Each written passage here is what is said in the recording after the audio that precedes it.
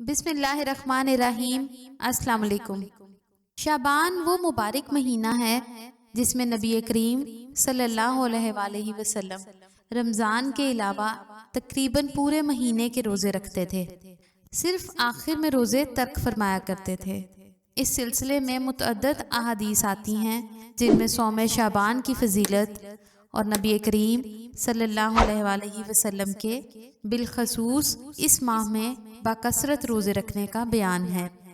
हज़रत आयशा रज़ी अल्लाह अन्हा फरमाती हैं कि रसूलुल्लाह सल्लल्लाहु अलैहि वसल्लम रोज़े रखते थे यहाँ तक कि हम कहते कि आप रोज़े नहीं छोड़ते, फिर रोज़े छोड़ते यहाँ तक कि हम कहते आप रोज़े नहीं रखते।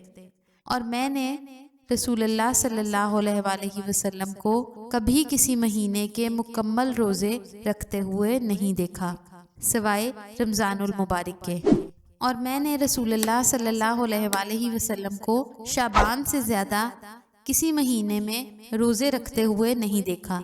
ये सही बुखारी की हदीस नंबर 1969 है।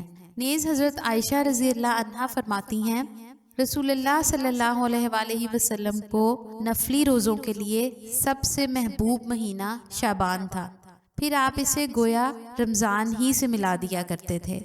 ये सुनन अबू दाऊद की हदीस नंबर 2431 है।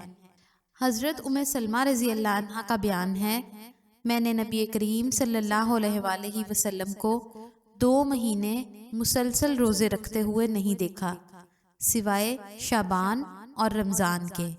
ये जामिया तिर्मिज़ी की हदीस नंबर 736 है। और हज़रत आयशा रज़ी अल्लाह अन्हा फरमाती हैं मैंने नबी करीम सल्लल्लाहु अलैहि वसल्लम को शाबान से ज़्यादा किसी महीने में रोज़े रखते हुए नहीं देखा, बल्कि आप सारे शाबान के रोज़े रखते थे। ये जामिया तिर्मिज़ी की हदीस नंबर 736 है। इस्लाम में कुछ मामलात ऐसे हैं जिनको समझने के लिए मुकम्मल बात को सुनना चाहिए, नहीं तो हम बात को समझने में कोताही कर सकते हैं। इन्हीं मामलात में से एक शाबान के रोज़े भी हैं।